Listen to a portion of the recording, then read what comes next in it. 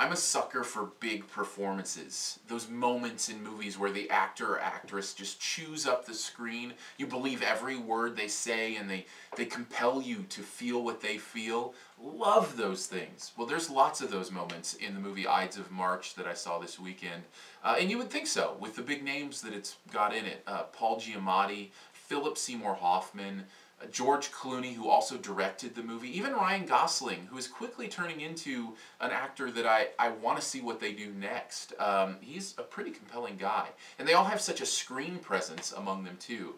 And that's kind of why I think I was a little bit distracted during this movie by the big performances. The movie Ides of March is about politics. It's about the political world, and not just politics and elections, but what that says about us as human beings, about what human nature really is, and has a lot to say about who we are as people. I'll get back to that in just a second, but I wanted to say these big performances, they distracted me from whether or not this was actually a good movie. I walked away from it thinking, man, I love those performances, not, man, I love the story that told.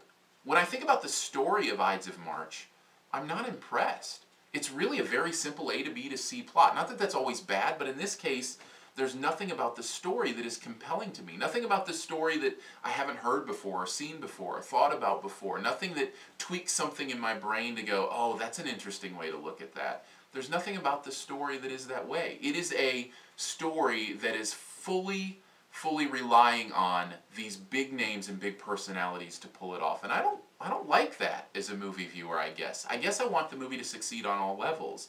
So if you're going to have these big performances, I'd love it to be in a story that tells me something. And I don't think Ides of March tells me anything other than things that, well, I don't necessarily agree with. The view that this movie has on who we are as human beings is really depressing. You walk away from it going, really?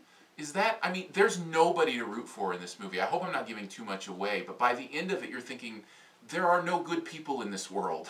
And that's not a view that I share. That's not a worldview that I'm willing to subscribe to. So it turned me off in that aspect as well. So when you add all those things up, I guess what do you have to say about Ides of March? I guess if you like big performances, which I do, maybe it's worth a view.